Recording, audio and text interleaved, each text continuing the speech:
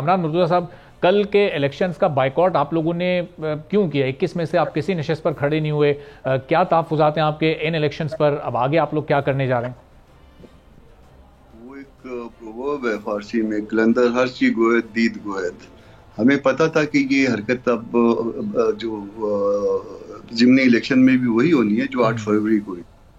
تو اگر ہم اس بات کو ثابت کرنے کے لیے ان کے ساتھ جو ہے نا وہ اس الیکشن میں بھی وہ ہوتے، تو پھر تو یہ اب جو انہوں نے نیریٹو نیا بنایا ہے کہ یہ دیکھ لیں جی چونکہ یہ الیکشن ہم جیت گئے، اس کا مطلب ہے وہ الیکشن بھی جو ہے وہ بالکل فیئر ہوئے تھے۔ بھائی وہی کام آپ نے اس میں کیا، وہی کام آپ نے پہلے کیا تھا۔ چل یہ بات ہمارا نیریٹو ہو سکتا ہے نا، ہم درست بھی کہہ سکتے ہیں، جھوٹ بھی بول رہے ہو سکتے ہیں، بقول ان کے غلط فہمی بھی ہو سکتی ہے، تیسری بات یہ ہو سکتی ہے۔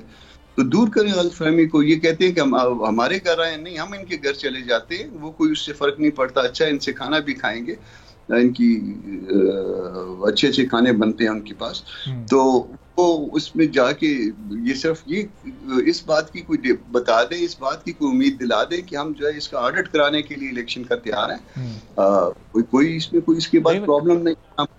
کل جو ضمنی انتخابات ہوئے، ظاہر سب سے بڑی تعداد میں تو نون لیگ نے نشستیں جیتی ہیں، اور وہ زیادہ تر نشستیں انہوں نے پنجاب میں اور لاہور میں جو ان کی پہلے چھوڑی ہوئی نشستیں تھیں انہی میں انہوں نے کامیابی حاصل کی ہے۔ ایک بلوچستان کی لزبیلک 22 کی نشست ہے جو کہ زرین خان مکسی جو کہ مسلم لیگ نون کے ہیں انہوں نے حاصل کی، وہاں سے 49,000 ووٹ حاصل کیے۔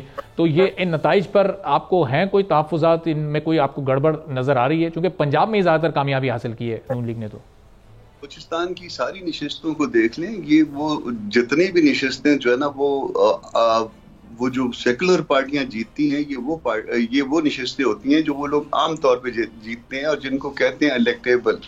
یہ الیکٹیبل جو ہے نا وہ جب وسل بجتا ہے تو وہ اس طرف چلے جاتے ہیں، جب وسل دوبارہ بجتا ہے تو وہ کہیں اور لائن اپ ہو جاتے ہیں، جب تیسری دفعہ بجتا ہے تو پھر کھڑے ہو جاتے ہیں، پھر کسی اور دفعہ وسل بجتا ہے تو بیٹھ جاتے ہیں۔